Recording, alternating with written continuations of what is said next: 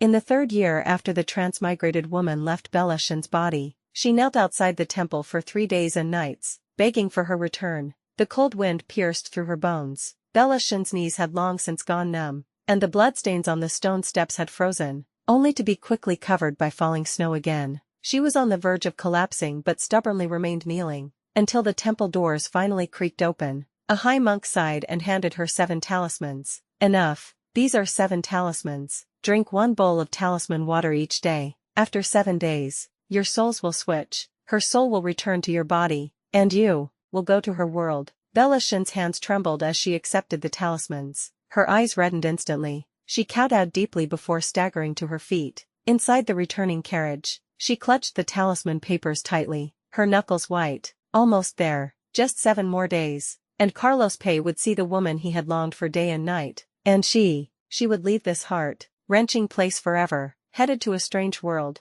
a world that could raise someone as radiant and bold as the transmigrated woman. It must be a good place, unlike the one she came from, where she'd lived by the rules since birth, yet couldn't even earn a single look from her husband. She slowly closed her eyes as memory surged like a tide. That spring, when she learned she was to marry Carlos Pay, she was so overjoyed she couldn't sleep a wink all night. The entire capital's noble ladies dreamed of marrying the regent prince, and he had become her husband, but on their wedding night, he didn't even lift her veil. He simply said coldly, "Rest early," then turned and walked away. In the 3 years after their marriage, she had done everything she could to be good to him. When he worked late into the night reviewing memorials, she brewed ginseng soup and waited outside his study for hours. When he marched off to war, she stayed up all night embroidering a protective charm, and secretly tucked it into his luggage. When he fell ill, she ignored court etiquette and personally cared for him day and night, for 3 days. But Carlos Pay was born cold-hearted and indifferent. He kept his distance from women and never once looked at her with warmth. Carlos Pay brushed his fingertips over the blurred ink on the letter, suddenly remembering countless details he had once ignored. Whenever he returned from interrogating criminals late at night, the real Belashin would always be waiting silently in the corridor,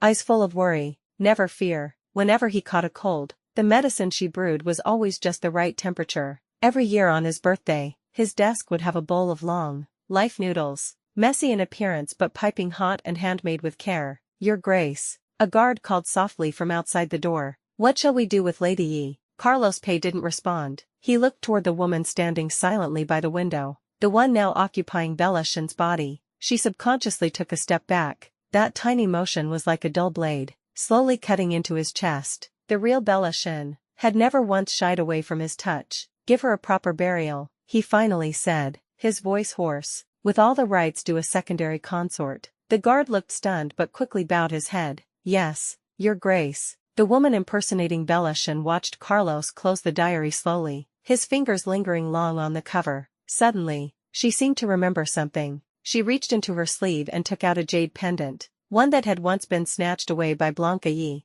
"This," she placed it on the desk, "belongs to its rightful owner." Carlos Pay's gaze fell on the pendant. The word peace was carved into the jade. He remembered now. It had been Belashin's grandmother's heirloom. That day, Blanca Yi had demanded it, and the real Belashin had knelt on the floor, crying her heart out, yet he had handed it over with his own hands. "You may go," he said abruptly. The woman was startled. "What?" I said. Carlos Pay looked up, bloodshot eyes gleaming. "You're free." They stared at each other across the desk, one bone weary, the other wary and guarded. The woman said nothing. As she turned to leave, she heard behind her the sharp, final sound of the jade pendant shattering. The moment she drank the last talisman water, Belashin felt her soul being pulled away, light as mist, slowly lifting from her body. From midair, she saw Carlos Pay sitting at Blanca Ye's bedside, gently passing medicine to her lips, eyes filled with a tenderness Bella had never known. She suddenly smiled. "Your Grace," she whispered to him. Carlos Pay flinched. He turned and frowned. "What now?" "I've already taken your blood. Why haven't you left yet?" Belashin looked down at him, her pale smile unwavering.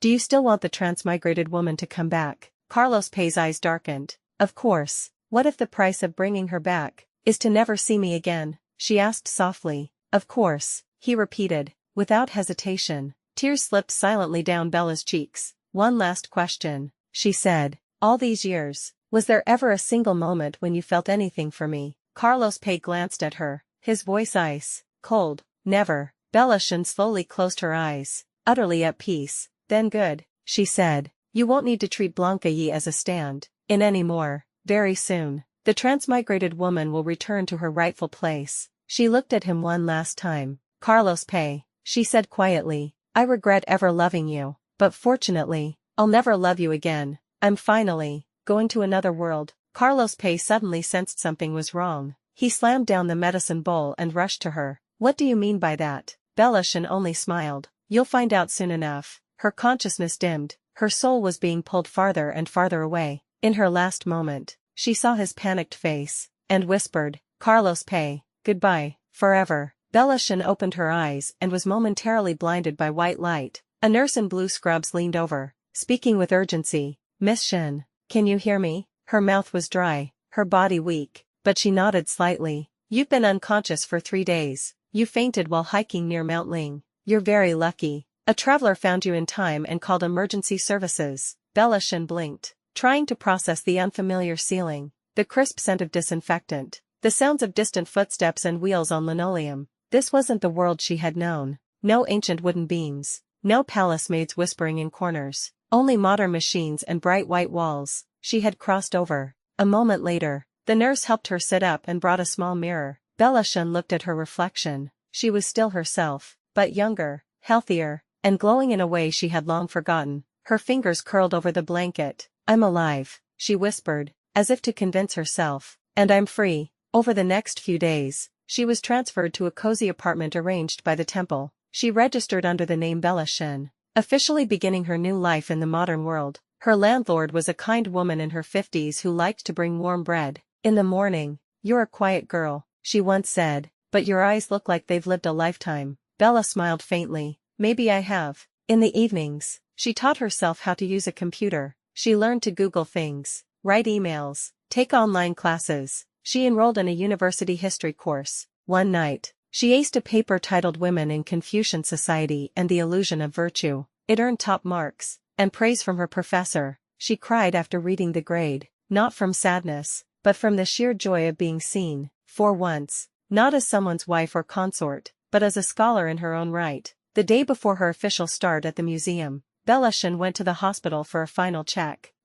Sunlight poured through the tall glass windows, warm and golden, falling across the medical report in her hand. All indicators normal. Those 4 words made the tightness in her shoulders finally ease. Miss Shin, the doctor said, adjusting his glasses, your recovery is going very well, but I'd still recommend regular psychological counseling. After all, I understand. Thank you, Bella interrupted gently, folding the report into her bag. Those nightmares have become rare now. On the museum's open day, the campus was bustling with visitors. Bellashin stood quietly in front of the history department's exhibit, her gaze fixed on a book titled A Social History of Ancient Chinese Women. Interested? A warm male voice asked. She looked up and saw a young man with glasses smiling at her. I'm Chen Mingyuan, history major, he said.